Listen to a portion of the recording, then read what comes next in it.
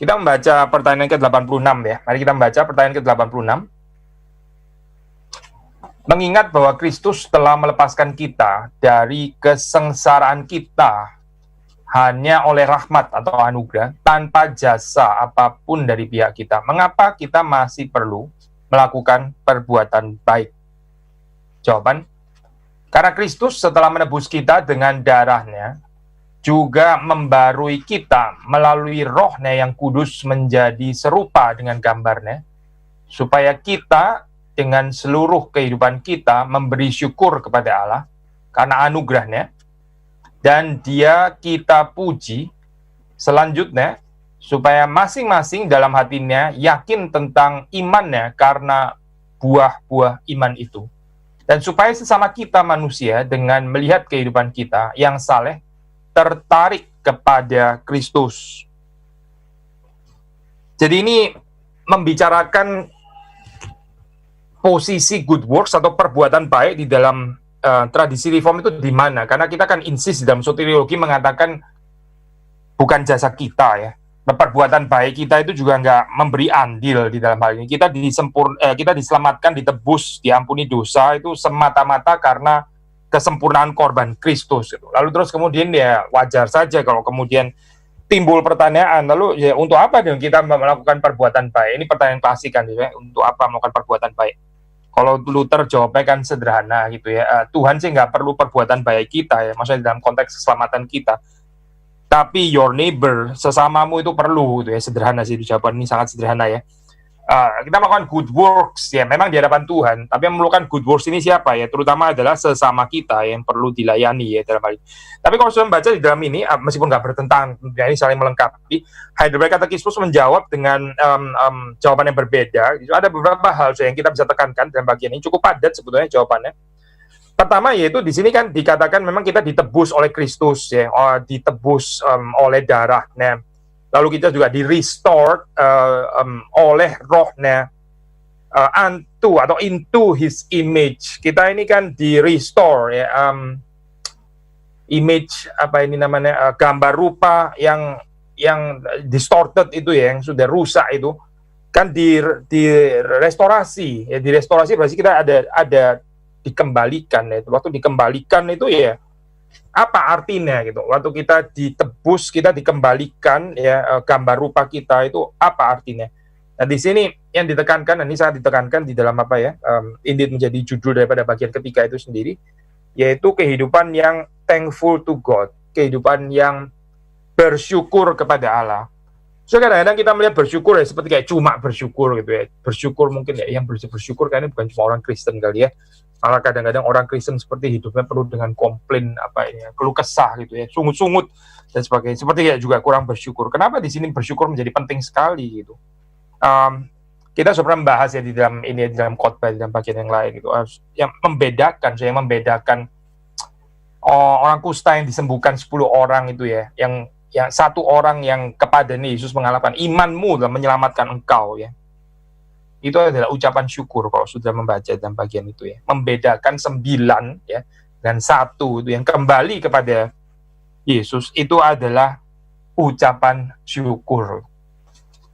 9 itu bukan nggak mengalami mujizat ya. 9 orang itu mengalami mujizat, itu mujizat asli, mujizat dari Tuhan Yesus gitu. Itu bukan mujizat palsu ya. Ini bukan trik, bukan, tapi betul-betul mengalami kesembuhan. Jadi mereka berbagian di dalam iman mujizat yang disebut ursinus itu ya, iman mujizat namanya itu, miracle faith.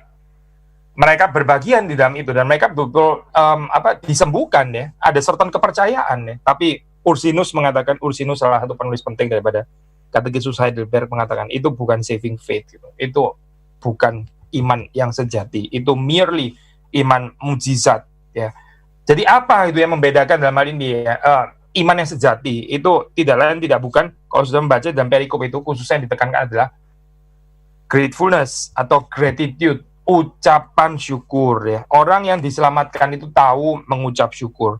Bahkan saudara waktu membaca ya di dalam apa itu tulisan ini di 2 Timotius ya pasal yang ketiga ini digambarkan orang-orang, kita baca aja ya, kita baca 1 dan 2 ya. Ini ada karakteristik daripada orang-orang di dalam uh, di dalam hari-hari terakhir ya, atau pada hari-hari terakhir kita membaca ya 2 Timotius 3, 1 dan 2, terutama yang kedua ya. Ketahuilah bahwa pada hari-hari terakhir akan datang masa yang sukar. Manusia akan mencintai dirinya sendiri dan menjadi hamba uang. Mereka akan membual, menyombongkan diri, mereka akan menjadi pemfitnah, mereka akan berontak terhadap orang tua, dan ini perhatikan ya, tidak tahu berterima kasih, tidak mempedulikan agama. Ya, ada karakteristik di sini ya. Manusia pada hari-hari terakhir ya, kiranya Tuhan menolong kita ya, menyelamatkan kita dari kehidupan yang seperti ini. Jadi saudara melihat di sini tidak tahu berterima kasih, ingratitude itu bisa dilihat sebagai tanda kefasikan ya di dalam hal ini gitu. Maka kalau kita balik sederhana gitu ya, karakteristik daripada orang yang ditebus itu apa seharusnya? Orang yang sungguh-sungguh percaya, beriman sejati. Ya, kehidupan yang melimpah dengan ucapan syukur. Nah, di sini penulis-penulis dari Katekismus Heidelberg mengaitkan ini ya, perbuatan baik itu posisinya di dalam gratitude ini ya. Jadi bukan untuk berbagian di dalam narasi keselamatan gitu. Karena keselamatan sudah beres di dalam Yesus Kristus gitu, sudah diselesaikan. Lalu good works berarti gak perlu dong. Oh, bukan gak perlu gitu. Itu adalah sesuatu yang wajar ya, mengalir pada orang yang sudah ditolong, diselamatkan, diampuni dosanya, lalu kemudian dia bersyukur. Nah, di dalam ucapan syukur itulah kita menempatkan good works ya. Jadi kalau kita sedikit pinjam bahasa filosofis ya, ini adalah good works yang dilakukan di dalam pengertian disinterested gitu ya. Disinterested itu kalau dalam bahasa filosofis maksudnya adalah yang nggak ada motif gitu ya, nggak ada motif mau apa gitu dalam hal ini ya. Justru karena kita sudah mendapatkan apa itu sudah terjadi terlebih dahulu, yaitu deliverance by Christ, pembebasan itu, lalu kemudian kita meresponsnya dengan good works di dalam hal ini ya. Jadi ini disinterested di dalam hal ini, bukan karena ada motif apa gitu misalnya, supaya lebih apa gitu misalnya, tapi simply sebagai ucapan syukur. Dan ucapan syukur itu sebenarnya bukan simply ya, simply ini tanda kutip dalam hal ini ya, karena ini betul-betul anugerah Tuhan. Orang bisa bersyukur juga adalah anugerah Tuhan dalam hal ini. Jadi sudah membaca di sini waktu bicara tentang restoration of image ya, by His Spirit. Lalu kemudian dikatakan we may show that we are thankful to God, yaitu bahwa kita ini bersyukur kepada Allah for His benefits. Lalu masih ada beberapa hal lagi yang kita juga bisa tekankan, soalnya ini poin yang lain, so that He may be praised through us. Alasan doxological ya. Kenapa good works ya? Tadi kita bilang kan ya, kita ini hidup gratitude. Kalau kita diselamatkan ya kita ada thankfulness, ada ucapan syukur. Tapi juga alasan doxological ya. Ini bukan tentang kita gitu, bukan tentang kita. Tadi kita mengatakan ini ya, tadi mengutip Luther, maksudnya your God itu nggak membutuhkan your good works, but your neighbor does gitu ya. Tapi bukan berarti good works terus nggak ada kaitannya sama sekali dengan Tuhan, loh, bukan. Kalau di dalam Heidelberg Katekismus ini ya, ini melengkapi lah, saya nggak bertentangan tapi melengkapi. Sudah membaca ya, good works itu perlu di dalam hal ini ya. Mengapa? Ya karena Tuhan itu akan dimuliakan ya. Dan ini ada dasar ya kalau sudah membaca di dalam firman Tuhan. Misalnya kita baca Matius 5 ayat 16 ya. Matius 5 ayat 16. Maksudnya ini bukan original dari Heidelberg Katekismus. 5 ayat 16. Demikianlah hendaknya terangmu bercahaya di depan orang, supaya mereka melihat perbuatanmu yang baik dan memuliakan Bapamu yang di sorga. Ya, ada kaitan di sini antara perbuatan baik ya, perbuatan ya, terang yang bercahaya di depan orang, tapi bukan dilakukan di show off secara munafik, pasti tidak gitu, tapi sincere ya. Lalu apa gitu? Ya ini doxologi, memuliakan Bapamu yang di sorga ya. Jadi sudah membaca di sini. Good works itu dilakukan oleh orang percaya bukan saja supaya tidak ada sandungan, tapi bahkan lebih daripada itu, yaitu supaya orang memuliakan Bapa yang di sorga. Saudara dan saya, kita yang ditebus, kita dipanggil untuk bukan menjadi batu sandungan untuk orang-orang yang mempermalukan Allah kita, gitu. Tapi kita dipanggil untuk memuliakan, ya. Melalui apa? Ya, salah satunya adalah dengan melalui perbuatan baik. Kalau kita membaca dalam bagian ini, satu bagian lagi, 1 Korintus 6 ya, 1 Korintus 6. 1 Korintus 6 kita membaca 1 Korintus yang ke-6 kita membaca 19-20. Kita baca ayat ini. Atau tidak tahukah kamu bahwa tubuhmu adalah bait Roh Kudus yang diam di dalam kamu, Roh Kudus yang kamu peroleh dari Allah, dan bahwa kamu bukan milik kamu sendiri. Sebab kamu telah dibeli dan harganya telah lunas dibayar. Karena itu, muliakanlah Allah dengan tubuhmu. Ya. Ada kaitan sangat erat, tidak terpisahkan antara kehidupan yang sudah ditebus oleh Tuhan dengan kehidupan yang mempermuliakan Allah. Ya. Orang yang ditebus, dia hidupnya mempermuliakan Allah. Memang di dalam bagian ini ya, nggak bicara direct tentang perbuatan baik gitu. Tadi yang di Matius lebih bicara itu ya, tentang perbuatan. Bagian ini di 1 Korintus 6 ini lebih kepada kekudusan tubuh ya, persembahan tubuh di hadapan Tuhan ya. Muliakanlah Allah dengan tubuhmu. Tapi intinya sama, yaitu orang yang ditebus itu dipanggil untuk hidup mempermuliakan Allah. Setelah itu, so that he may be praised, supaya Tuhan itu dipuji, ya, dimuliakan melalui kehidupan kita. Kemudian ada poin lain, so that we may be assured of our faith by its fruit. Nah, ini menarik, ya. Ternyata di dalam tradisi reform, ya, itu pembicaraan tentang election itu bukan sesuatu yang statis, ya. Bukan sesuatu yang statis, gitu. Begini, ya. Maksud saya begini. Dari sisi Tuhan ya ini sudah selesai gitu. Dari sisi Tuhan ini sesuatu yang nggak berubah, pasti ya nggak berubah gitu. Tapi dari sisi kita, saya pemahaman secara subjektif dan sebagainya, ini ada pertumbuhan ternyata. Dan ini bukan cuma ide sekali lagi ya daripada penulis Katekismus Heidelberg. Ini adalah Alkitab saya ajaran ini ya. Saudara agak sedikit ada pertanyaan nggak dengan kalimat ini ya? So that we may be assured of our faith by its fruits. Nah, saya ini nggak seperti kayak nggak biasa nih, soteriologi reform bicara seperti ini ya, supaya kita itu boleh diyakinkan ya, atau mungkin boleh ditambahkan juga, semakin diyakinkan ya, iman kita oleh buah-buah ya ini perbuatan baik, itu termasuk buah-buah ya, buah-buah yang diproduce ya di dalam kehidupan orang percaya, kita semakin diyakinkan iman kita. Sudah mungkin bisa bertanya, loh katanya keyakinan itu kesempurnaan korban Kristus, dan sekarang kok fruits kok ikut meyakinkan ya, saudara ada pertanyaan seperti itu ya. Nah ini tipikal ya, ini tipikal later Calvinism actually gitu. Saya bukan mengatakan ini terus mengkontraskan sama sekali dengan ini ya pandangan Calvin gitu, tapi ada tekanan, ada certain development gitu ya, penekanan yang lebih di dalam hal ini, apa yang disebut dengan istilah silogismus praktikus ya, practical syllogism. Apa saya? Sederhana, kecil itu sederhana sekali, yaitu dari buahnya ya, kamu mengenal pohonnya. Gitu. Nah ini kan Alkitab ya sebetulnya. Again, ini bukan penemuan daripada orang liter Calvinis, reform ortodoksi dan sebagainya, reform skolastik dan sebagainya. Bukan saya. Ini Alkitab kok.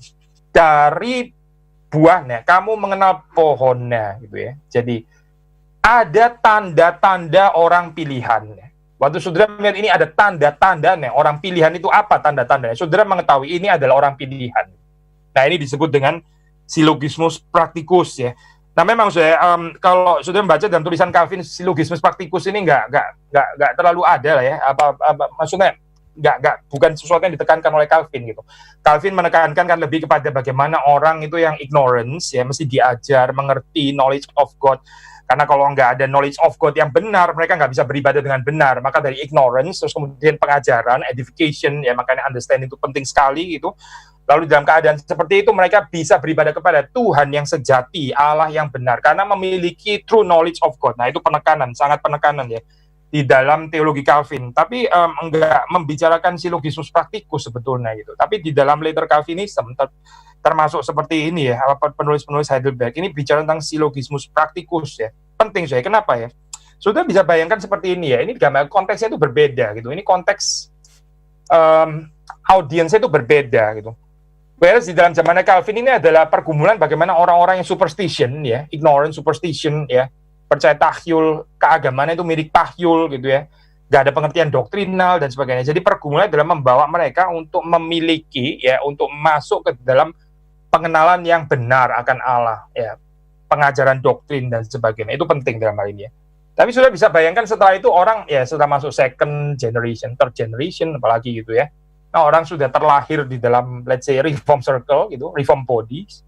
Ya sudah ada di sana gitu. Bisa taken for granted ya dengan keselamatan yang ada gitu. Terus kemudian bisa ya kan yang penting kan kita sudah diselamatkan gitu.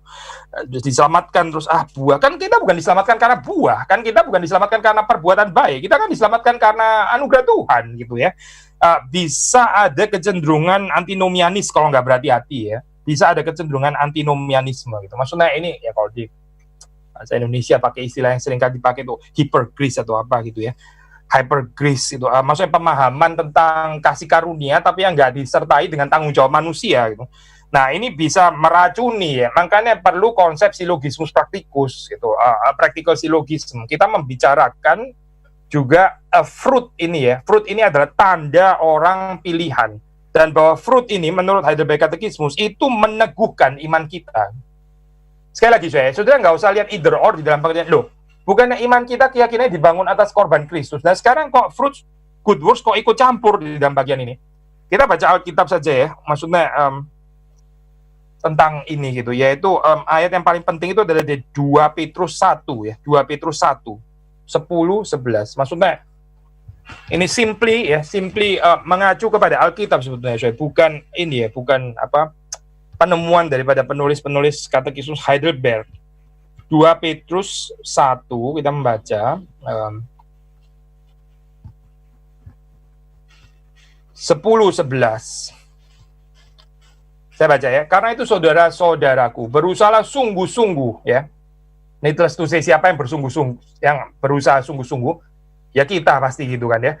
Berusahalah sungguh-sungguh supaya panggilan dan pilihanmu, nah sudah perhatikan ya, makin teguh. Sulit nggak saya menerima ayat ini gitu? Ya nggak boleh sulit ya. Kita orang reform kalau sulit dengan ayat ini ya kita bermasalah. Kita punya reform teologi gitu. Ini Alkitab kok, bagaimana kita bisa sulit menerima ayat ini gitu. Berusahalah sungguh-sungguh supaya panggilanmu dan pilihanmu makin teguh ya. Doktrin pilihan itu ternyata bisa dihayati ya secara progresif gitu. Dan bukan cuma secara statis. Mereka nggak mengerti poin ini membicarakan pilihan cuma di dalam pengertian ketidakberubahan saja ya. Belum mengerti tradisi Petrin sebetulnya gitu. Sekali lagi mereka yang nggak ada penghayatan ya, progresif ini ya. Keyakinan yang progresif atau membicarakan atau merenungkan doktrin pilihan, nggak ada aspek ini ya, pokoknya kita menekannya cuma nggak berubah sudah dari kekekalan ditetapkan oleh Tuhan. Ya betul, itu memang juga diajarkan oleh Alkitab, tapi mereka berarti belum mengerti tradisi Petrin gitu. So teologi reform itu membawa kita kepada kelimpahan Alkitab, bukan membawa kita hanya kepada Pauline tradition gitu misalnya, atau Markan atau Johanin saja, atau Petrin saja gitu misalnya. Tidak, kita ini berkomitmen untuk membawa kepada kelimpahan Alkitab. Nah, di dalam hal ini kalau saudara menemukan ayat-ayat yang seperti ini, katakanlah seperti kayak kok kurang dibicarakan nih dan tradisi teologi saya gitu. Biarlah Alkitab yang berbicara dan bukan tradisi teologi saudara yang, maaf saya pakai istilahnya, memperkosa ayat-ayat Alkitab gitu ya. Itu pendekatan yang nggak bertanggung jawab. Itu bukan exegesis, itu adalah eisegesis. Dan kita bersyukur ini orang-orang dalam liter Calvinism ya, sebetulnya bukan cuma di dalam Ursinus Olivianus atau rekan-rekan yang lain yang menulis Heidelberg Catechismus, tapi ini sesuatu yang quite common ya, sampai kalau sudah membaca ini ya tulisannya Weber yang terkenal itu ya, ini debatable, apalagi ini sudah tahun 2020, tulisan Weber tentang ini ya, Calvinism kapitalisme, relasinya bagaimana, kemiripannya dan sebagainya. Itu salah satu teori yang dipakai oleh Weber, meskipun sayangnya ini ya outsider perspektif banget ini si Weber ya. Itu adalah teori silogismus praktikus sebetulnya yang dikembangkan oleh Weber. Dia bukan theologian anyway. Jadi dia di sana likely kulaan dari profesor teologi yang lain ya. Dia mengajar di Heidelberg dan dia bukan teolog dia belajar dari ini ya, mungkin dari teolog-teolog yang lain, dan kayaknya ya kurang tepat ya penggambarannya dalam hal ini gitu, karena silogismus praktikusnya itu ditempatkan oleh Weber bukan di dalam fruits of the spirit seperti yang dikatakan di sini ya, tapi lebih kepada apa itu tandanya itu orang yang diberkati, terus kemudian orang yang uangnya banyak dan sebagainya. Itu kayaknya nggak ada dukungan Alkitab ya sudah. Calvinisme nggak pernah mengajarkan seperti itu sebetulnya gitu. Good, tapi itu cuma ini ya side note saja gitu. Kita nggak sedang bicara Weber gitu. Di sini kita bicara Heidelberg Catechismus. Heidelberg Catechismus waktu membicarakan tentang practical syllogism. Yang dikatakan di sini adalah bahwa by ya its fruits ya, by the fruits of our faith, ya ini buah dari iman atau tanda-tanda, nah ini ya tanda-tanda pilihan, tanda-tanda orang yang diselamatkan. Kita itu semakin diteguhkan, semakin diteguhkan. Ini lawful saya diberikan tempat di dalam tradisi reform teologi ya. Jadi saudara yang berusaha mengoreksi, nggak ada itu gitu. Kita cuma teguhnya cuma boleh satu, ya, solus Christus gitu, nggak boleh tambah-tambah tentang fruits. Ya betul, jadi dalam pengertian dalam hal keselamatan itu good works nggak ada andil, betul, saudara, betul gitu ya. Tapi when it comes to assurance ya, when it comes to ini namanya saya progresif apa ini ya, pembahasannya Petrus saja lah di sini ya, progresif peneguhan ya, kan makin teguh, berarti ini sesuatu yang progresif kan ya. Pilihan ya itu dihayati, juga termasuk yang di sini membuat makin teguh itu dengan adanya tanda ini, gitu, ya. Menarik saya konsep seperti ini, sehingga waktu saudara menghayati sekali lagi ya doktrin election gitu, harusnya sudah ada pasal ini juga gitu, ada aspek ini, ada aspek progresif ini. Bahkan waktu kita membicarakan tentang doktrin pilihan, again dari sisi Allah sih, ya nggak ada progresif pasti ya, sudah selesai kok semuanya gitu ya. Dari sisi Allah kan sudah selesai. Yesus kan mati di atas kayu salib, dia bangkit, itu sudah selesai semua, sudah genap gitu kan ya. Tapi dari sisi kita ya, maksudnya ini a posteriori, dari sisi kita menghayatinya secara subjektif dan sebagainya. Petrus mengatakan kita harus berusaha sungguh-sungguh supaya pilihan panggilan kita itu makin teguh ya, makin teguh. Sebab jikalau kamu melakukannya, kamu tidak akan pernah tersandung. Ini menarik ya. Sudah dalam kehidupan pernah tersandung? Siapa yang nggak pernah tersandung ya? Kita bisa tersandung, kita bisa apa ini namanya kecewa, disappointed, discouraged dan sebagainya. Kita bisa tersandung gitu. Tapi kalau menurut Petrus apa ini yang membuat kita itu tidak akan pernah tersandung ya? Saudara mesti melihat daftar Christian virtues itu ya. Ini tidak lah, ini ada variasi fruits of spirit-nya Petrus ya. Kalau Paulus itu saudara mendapatnya di dalam Galatia 5 itu ya, Galatia 5 22 sampai 24. Tapi ini Christian virtues ya, menurut Petrus seperti yang saudara bisa baca mulai dari ayat ke-5 itu ya. Saya baca di sini ya, masih 2 Petrus 1. Iman, kebajikan, pengetahuan ya. Ayat 6, penguasaan diri, ketekunan, kesalehan, kasih akan saudara-saudara itu 7, lalu kemudian kasih akan semua orang. Ya. 8 baru bilang, sebab apabila semuanya itu ada padamu dengan berlimpah-limpah, kamu akan dibuatnya menjadi giat dan berhasil dalam pengenalanmu akan Yesus Kristus. Ya. Baru terus kemudian ayat-ayat di bawahnya bicara tentang itu. Menjadikan pilihan itu makin teguh, ya. Terus kemudian 11, ayat 11, dengan demikian kamu akan dikaruniakan hak penuh untuk memasuki kerajaan kekal dan seterusnya. Ayat 10 yang bilang tidak akan tersandung. Pokoknya apa sih? Saya simpulkan sederhana aja ya. Kita seringkali tersandung ya karena nggak ada fruits of the spirit gitu. Kita nggak memberi diri kita dipimpin oleh Roh Kudus ya. Nggak menyatakan good works ya. Sederhana aja saya. Orang yang nggak ada kerjaan gitu ya, nggak ada kerjaan gitu. Akhirnya apa ya? Wah, kecewa kanan kiri. Situ salah, ini salah, koreksi kan nggak ada kerjaan soalnya gitu, nggak ada dibangun. Akhirnya kecewa terus gitu ya, terus high expectation dan juga unrealistic lagi expectation-nya. Kenapa sih? Ya karena dia nggak melakukan good works, karena dia nggak ada buah di dalam hal ini, di dalam kehidupannya ini nggak berbuah ya. Orang Jawa bilangnya bantat, so ini apa lain lagi ya gambarnya, seperti kayak buah yang nggak ada air, nah itu bantat namanya gitu ya, nggak bisa mengalirkan air, nggak bisa dinikmati. Tapi kalau kita kalau kita ini ada buah ya, terus kemudian ada good works dan sebagainya, itu pikiran kita kan bukan kepada kita akhirnya, kan kepada orang-orang yang kita layani. Jadi ada kemerdekaan di sini, ada liberation. Tapi orang kalau nggak ada kerjaan, akhirnya ya inilah I criticize therefore I am gitu. Saya mengkritik orang lain gitu ya. Demikian saya ada gitu. Eksistensinya itu tergantung daripada mengkritik orang lain. Ya karena apa ya? Karena nggak ada yang dibangun soalnya gitu, nggak ada yang dihasilkan juga di dalam hal ini. Kasihan sebetulnya keadaannya seperti ini. By the way, saudara dan saya nggak kebal ya. Ini jangan pikir orang lain. Saudara dan saya tidak kebal dengan keadaan seperti ini. Makanya saya sekali lagi ya, ini fruits ini penting sekali gitu. Kita mengatakan tetap kita insist forensic doctrine of justification. Betul ya, seperti diajarkan di dalam tradisi reform. Tapi bukan berarti terus kemudian tanda-tanda orang pilihan, tanda-tanda orang percaya, good works, fruits of the spirit. Ini terus kemudian nggak ada tempatnya atau tidak akan menjadikan pilihan kita makin teguh dan sebagainya. Itu bertentangan dengan Alkitab gitu. Jadi Heidelberg ini tepat sekali waktu mengatakan so that we may be assured of our faith by its fruit ya. Kita semakin diyakinkan ya kan iman kita ya melalui apa atau oleh apa ya ini buah-buah atau tanda-tanda itu ya.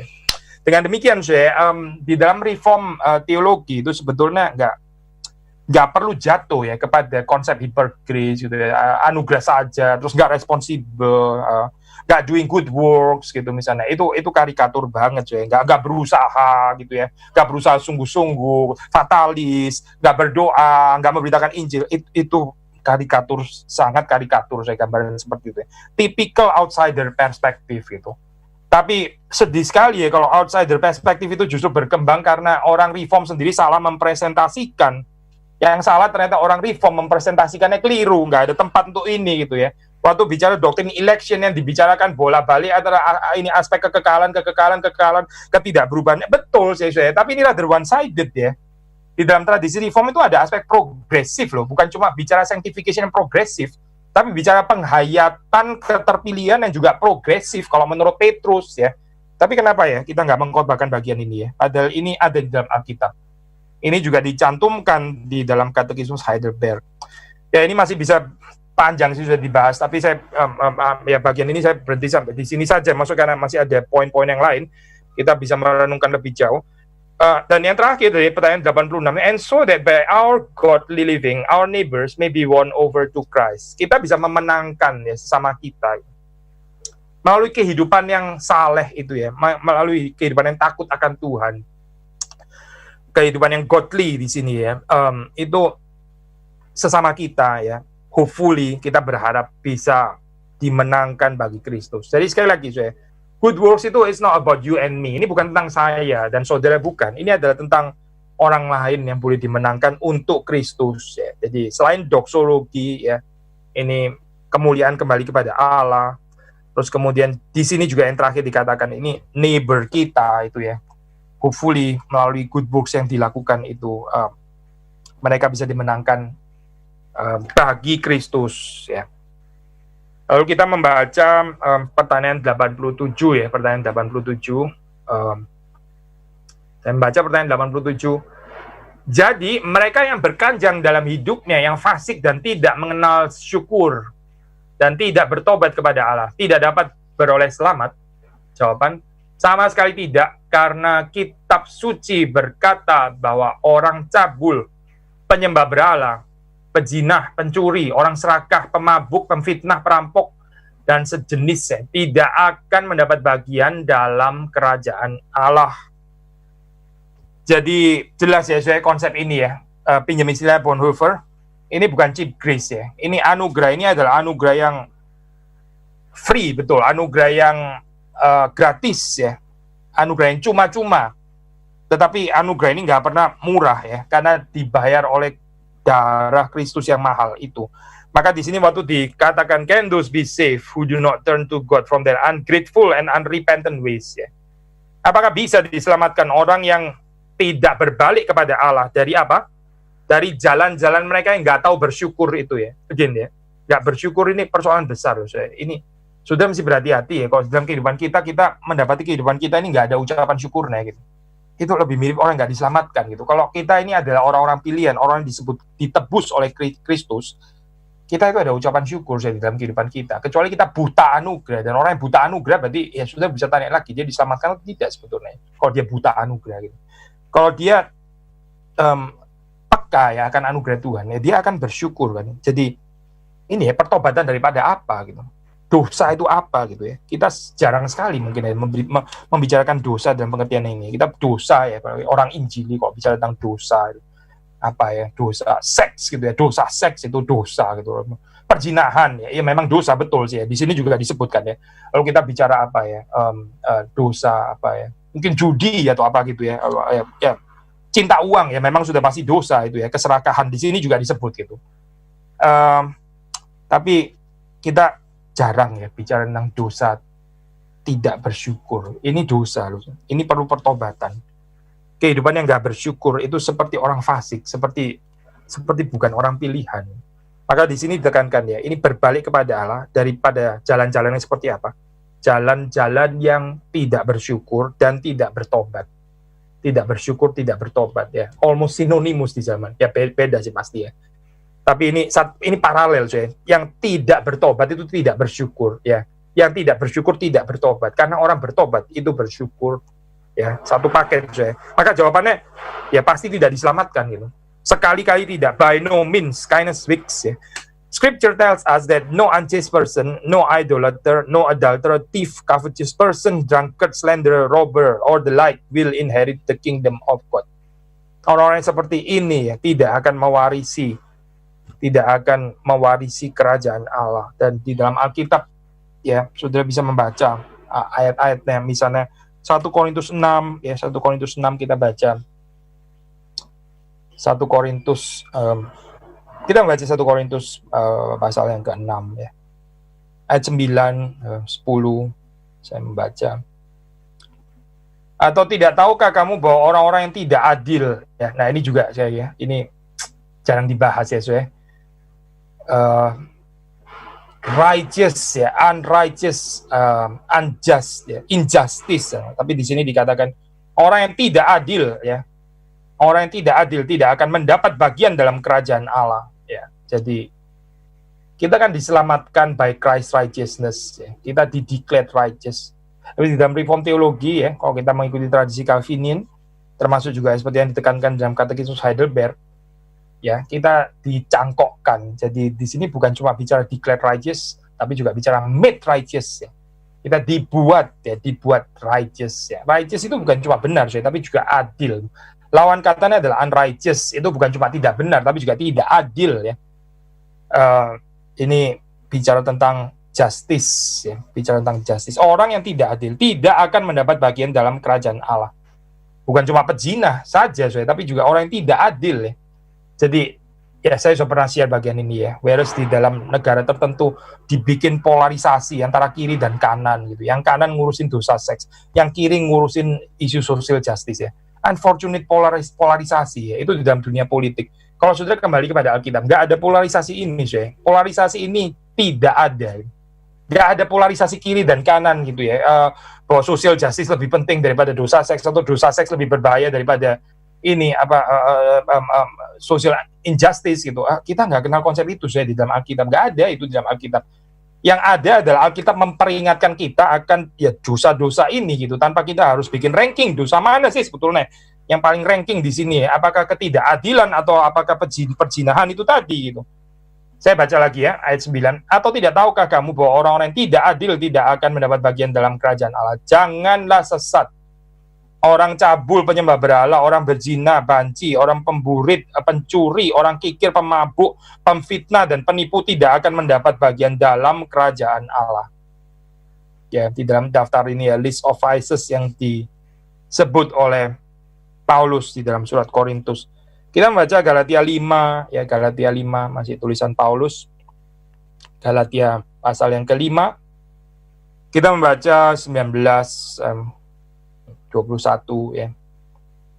Ayat 19 ya. Perbuatan daging telah nyata, yaitu percabulan, kecemaran, hawa nafsu, penyembahan berhala, sihir, perseteruan, perselisihan, iri hati, amarah, kepentingan diri sendiri, percideraan, roh pemecah, kedengkian, kemabukan, pesta pora, dan sebagainya. Terhadap semuanya itu, kuperingatkan kamu seperti yang telah kubuat dahulu. bahwa barang siapa melakukan hal-hal yang demikian, ia tidak akan mendapat bagian dalam kerajaan Allah. Tidak akan mendapat bagian dalam kerajaan Allah. Jadi, saudara membaca di dalam bagian ini ya, ini ada apa ya? Undangan pertobatan terus-menerus gitu ya.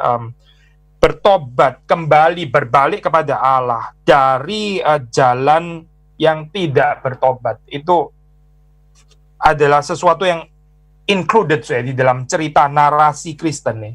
Kita nggak bisa bicara justification, forensic doctrine justification by faith alone gitu ya. Terus kita nggak ngomongin sanctification, itu bukan reform, saya bukan gitu.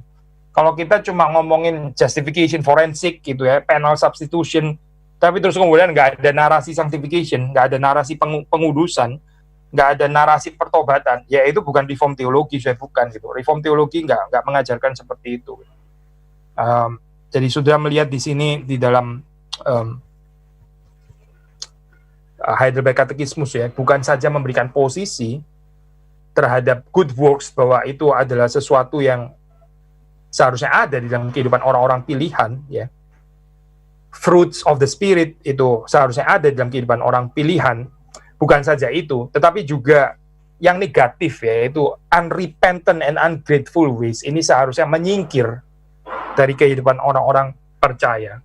Jadi kekhawatiran ini ya, kekhawatiran di dalam, kalau sudah membaca ini ya, seperti apa, ini dialog ekumenikal di dalam antara orang-orang apa itu Lutheran dan orang-orang apa ini Roma Katolik ya. Di situ ada salah satu isu gitu ini konsep mere pasif misalnya ya, mere pasif gitu, itu kan termasuk salah satu isu yang dibicarakan di dalam ini ya, tanggapan respons terhadap joint declaration on the doctrine of justification. Lalu dari pihak Roma Katolik itu mereka sulit menerima konsep mere pasif. Itu maksudnya apa ya, mere pasif itu? Bagi mereka itu penting ya, penting sekali untuk orang Roma Katolik menyatakan realita keselamatan, itu perubahan, transformasi yang sungguh-sungguh terjadi, dan bukan cuma dibilang oleh orang-orang Lutheran declared righteous gitu ya, declared righteous, ditutup gitu ya, ditutup. Ini apa, seperti kayak ibaratnya ini ya, memang manusia itu kotoran gitu ya, kotorannya ditutup,